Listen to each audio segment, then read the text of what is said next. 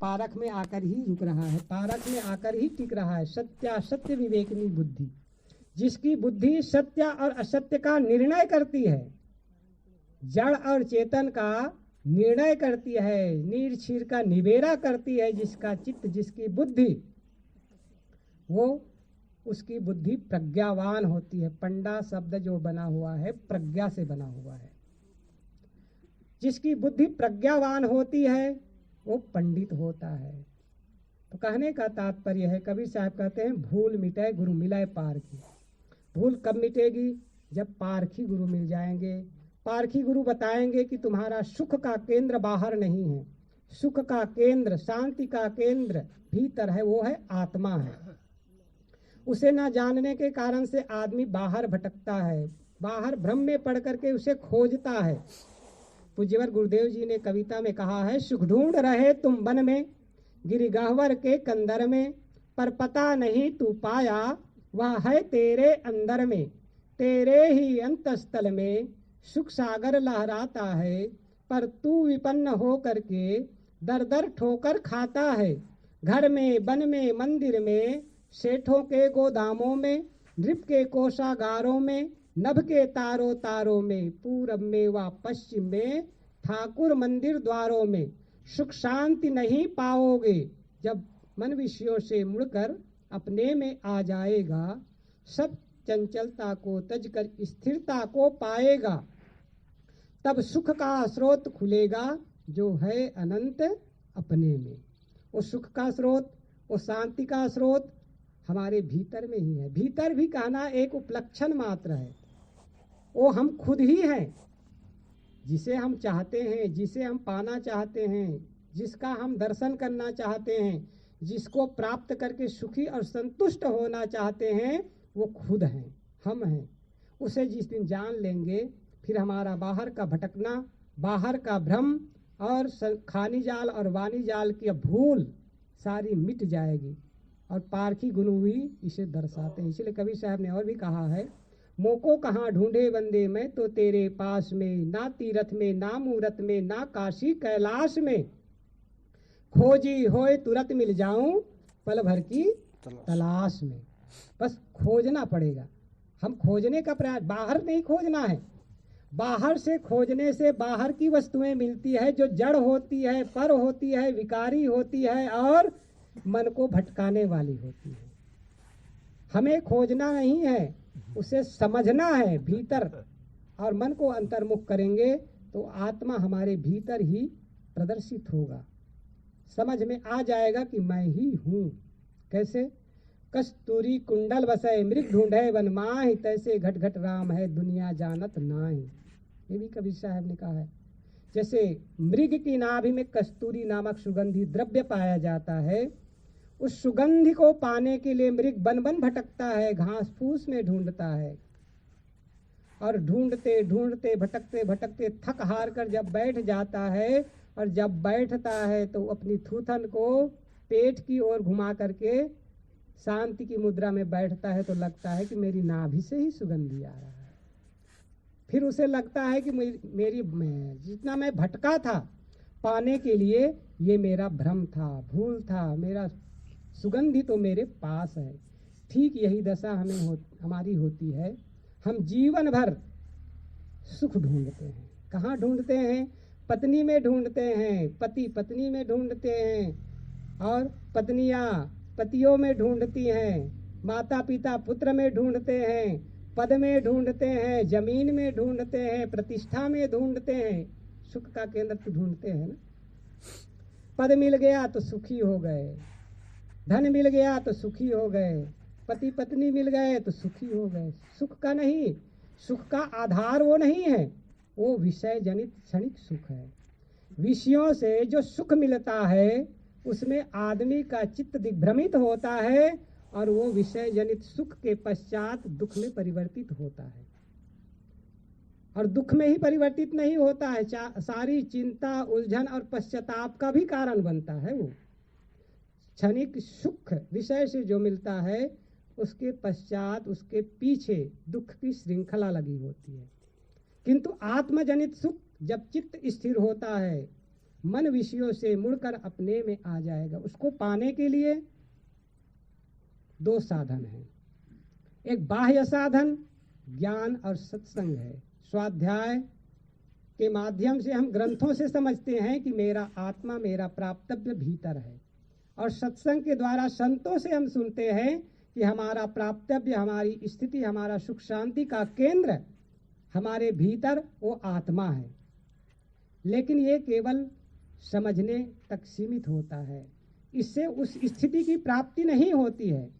स्थिति की प्राप्ति के लिए साधना चाहिए।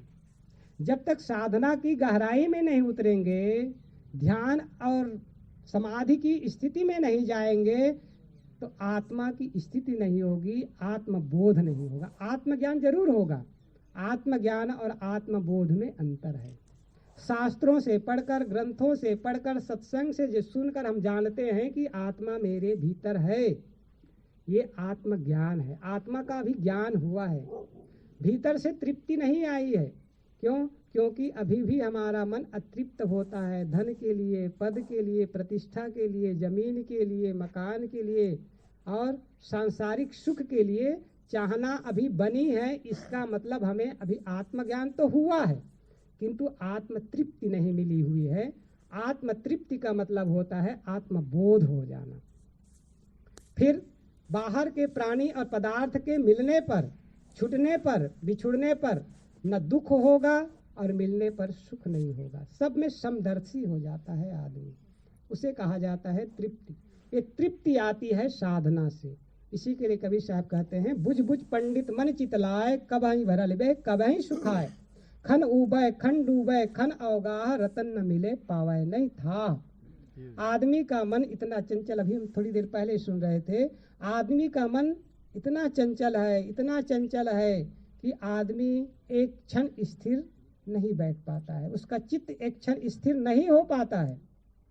हमेशा कुछ न कुछ विचारों की श्रृंखला चलती रहती है। जब विचारों का क्रम, विचारों की श्रृंखला मन में चल रही है, तो हमें आत्मज्ञान कहाँ हुआ, आत्मस्थिति कहाँ हुई? मन तो आत्मा के बाहर संसार के विषयों को, पदार्थों को, प्राणियों को, पद को, प्रतिष्ठा को ही स्मरण में लगा हुआ है। फिर आत्मस्मरण कहाँ?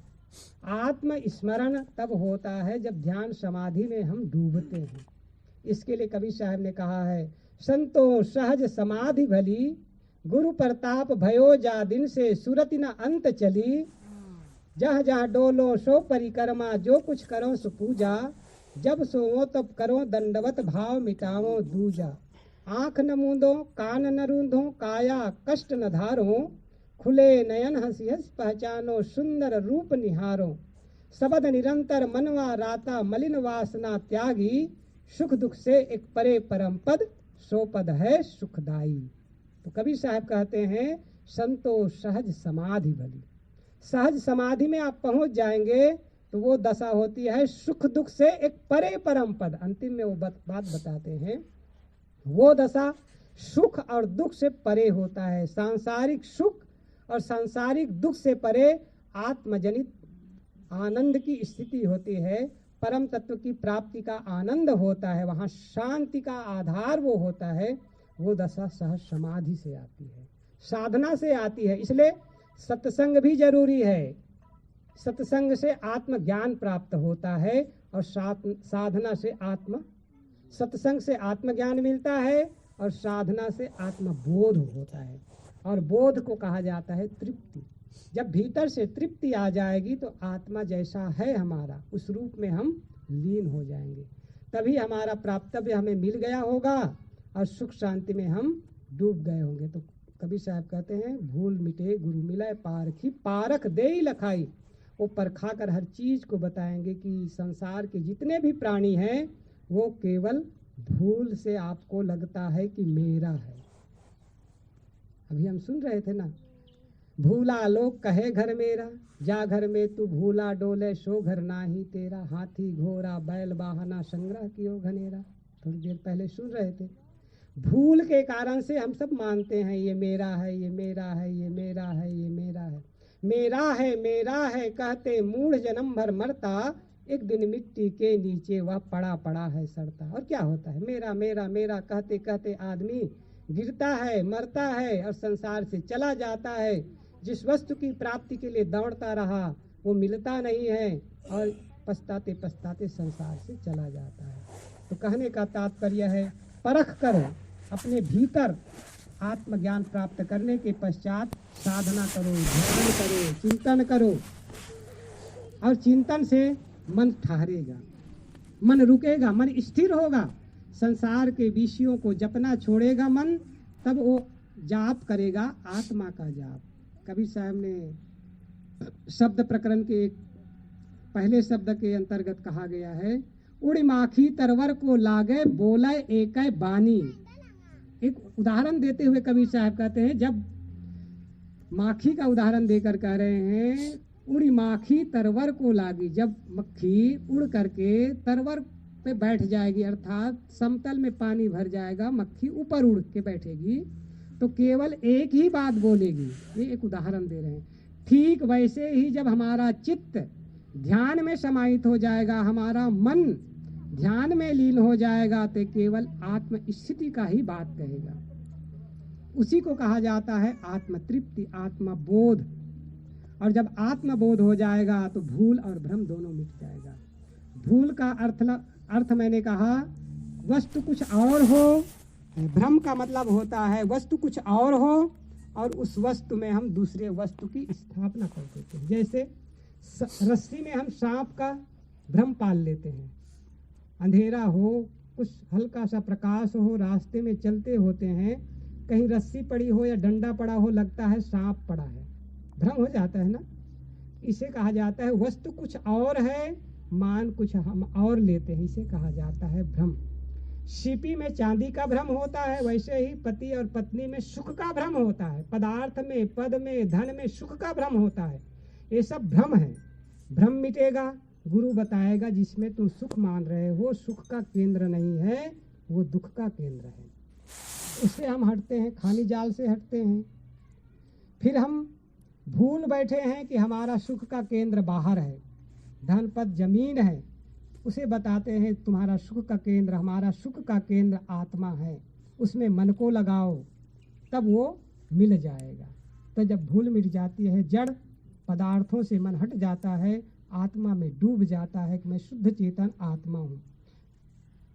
इस प्रकार से मन में भाव आता है और उसमें हमेशा मन लीन रहता है, इसे कहा जाता है आत्मबोध। तब भूल मिटे गुरु मिले पारखी, पारख देई लखाई। कहाँ कबीर भूल की औषध, पारख सबके भाई। पारख सबके भाई भी है। पारख का तात्पर्य परीक्षा दृष्टि, यहाँ पारख का मतलब है आत्मा। पारख का अर्थ ही होता है परीक्षा करके जो सत्य हो उसे मानना, इसे पारख कहा जाता है। तो कबीर साहब ने हमें आत्मबोध दिया है, आत्मा को समझने के लिए ज्ञान दिया है, उसे पारख ज्ञान कहा है। इसीलिए कबीर साहब कह रहे हैं भूल मिटे गुरु मिलाए पारखी। पारखी गुरु के संग में जाओगे, पारखी गुरु के सानिध्य में जाओगे तो यही बताएगा कि जड़ प्राणी और पदार्थों से अपने चित्त को ऊपर करो। चित्त भी संसार से जोड़ता है तो हम संसार में चले जाते हैं, चित्त हमें आत्मा से जोड़ता है तो हम आत्माभिमुख हो जाते हैं। बस चित्त को आत्माभिमुख करना है, काम एक ही करना है। चित्त हमारा संसार में डूबा हुआ है, उसे आत्मा में लगाने का काम करना है, वो है साधना। साधना ध्यान समाधि में मन बैठो और बैठ करके मन को देखो और मन को शांत करो। प्राणी और पदार्थों का स्मरण कर रहा है तो उसे आत्मा का स्मरण कराओ, आत्मचिंतन कराओ। और आत्मा शुद्ध है, बुद्ध है, मुक्त है, ज्ञान स्वरूप है, शांति का स्वरूप है। वैसे मन को बनाओ, शुद्धोसी बुद्धोसी निरंजनोसी संसार माया परित्याजियोसी। संसार माया रूप है, मन को शुद्ध करो, पवित्र करो, मन को बुद्ध करो, ज्ञान स्वरूप करो, मन को अखंड करो। संसार के प्राणी और पदार्थों में डूब डूब करके खंडित हो रहा है मन, उसको अखंड अविचल कर दो तो आत्मबोध मिल जाएगा। फिर जब आत्मबोध प्राप्त हो जाएगा फिर भटकना नहीं होगा, दुख नहीं होगा, चंचलता नहीं आएगी और उलझन भी नहीं होगा। अनंत शांति के केंद्र में, अनंत सुख के केंद्र में आप निमज्जन करेंगे। और इसी के लिए सत्संग का आयोजन होता है। सत्संग से यही बताया जाता है कि तुम्हारा प्राप्तव्य बाहर नहीं भीतर है। उस भीतर के प्राप्तव्य को भी पाने का एक साधन होता है, युक्ति से ही मिलता है। युक्ति ही युक्ति चला संसारा, निश्चय कहा न मानु हमारा। कबीर साहब ने ये भी कहा है, आपको युक्ति पता ना हो पाने का तो भी आप प्राप्त नहीं कर पाएंगे। वस्तु तो आप जान रहे हैं, आप जानते हैं कि नदी के जमीन के अंदर में पानी होता है ना, पता है पानी जमीन के अंदर से निकलता है खुदाई करने के पश्चात, ट्यूबवेल करने के पश्चात। लेकिन आपके पास युक्ति नहीं है, साधन नहीं है, ज्ञान नहीं है, तो पानी की प्राप्ति आपको जमीन के अंदर से नहीं हो सकती है। ठीक वैसे ही आपके अंदर आत्मा है, भीतर बैठा हुआ है, जीव बैठा है, लेकिन युक्ति नहीं, प्रयुक्ति नहीं, साधन नहीं, उपक्रम नहीं, तो उसकी प्राप्ति नहीं हो सकती। केवल जानना ही जानना हो जाएगा। जानना काफी नहीं है, उसकी प्राप्ति के लिए साधना पूर्णता है। तो ध्यान समाधि के गहराई में डूबने का भी काम करें और आत्मा की प्राप्ति के लिए मन को लगा करके समाधि में लीन करने का काम करें, तो वो परम तत्व प्राप्तव्य जो मोक्ष है उसकी प्राप्ति हो जाएगी और आत्मा स्थिति में निमज्जन करके सुखी हो जाएंगे। तो मैं आप लोगों के बीच थोड़ी देर बोला। सदगुरु कबीर साहब की पंक्तियाँ, भूल मिटाए गुरु मिलाए पारखी, पारख देई लखाई, कहीं कबीर भूल की औषध पारख सबकी भाई। भूल की औषध भी पारक है और पारक सबके भाई। भाई का तात्पर्य है प्रिय होता है। आत्मा ही सबको प्रिय है। जो ईश्वर देवी देवता परमात्मा मानने वाला है उसे भी आत्मा अपना प्रिय होता है। उसे दुख पहुंचाओ तो वो भी प्रिय नहीं होता है। तो आत्मा की प्राप्ति के लिए साधन जुटाएं, संयम करें। केवल सत्संग और ध्यान से भी नहीं बनने वाला है, जीवन को पवित्र कर्मों में लगाना भी पड़ेगा। ऐसा नहीं है हम पाप कर्म करते रहें, गलत कर्म करते रहें, गाली झूठ करते रहें, क्रोध करते रहें, हिंसा करते रहें और ध्यान लगा लें, आत्मबोध प्राप्त कर लें, तो भी होना नहीं। इसलिए जीवन में कर्मों का भी सुधार चाहिए, सत्संग चाहिए, कर्मों का सुधार चाहिए, मन की पवित्रता चाहिए, साधना चाहिए, सत्संग चाहिए, स्वाध्याय चाहिए, तब जीवन में आत्मबोध होगा। और जब एक बार आत्मबोध हो जाएगा, जीवन मुक्ति दशा आ जाएगी, फिर जीवन में न भटकना होगा, न दुख होगा, न अशांति होगी, न पीड़ा होगी। बस हर दशा में चित्त शांत रहेगा, चाहे गर्मी लगे चाहे ठंडी लगे, चाहे अनुकूल परिस्थिति आए चाहे प्रतिकूल परिस्थिति आए, चाहे अनुकूल घटना हो चाहे प्रतिकूल घटना हो। जीवन का ये दोनों घटनाओं से मड़ा हुआ ये जीवन है। इस जीवन में सुख दुख हानि लाभ अनुकूल प्रतिकूलता सारी चीज़ें आती रहेंगी और हमारा चित्त एक रस हो गया तो न सुख अनुकूल आने पर आनंद होगा, प्रतिकूल और प्रतिकूल घटनाएं आने पर दुख महसूस होगा। समदर्शी होना पड़ेगा, समभाव लाना पड़ेगा चित्त में। वो दशा है आत्मबोध की दशा और वो आता है पारख में स्थिर होने से। पारख हमारा स्वरूप है, पारख ज्ञान है, पारख स्थिति है, उसमें हम डूबते हैं तो हमारा चित्त एकाग्र होता है और आत्मतृप्ति मिलती है। परम सुख का एक केंद्र है। परम सुख की प्राप्ति के लिए आप सब लगे हुए हो, आप सबको अपना लक्ष्य प्राप्त हो, यही मेरी शुभकामना है। और इसी के साथ में अपनी वाणी को विराम देता हूँ। बोलिए सद्गुरुदेव की जय हो। साहेब बंदगी साहेब।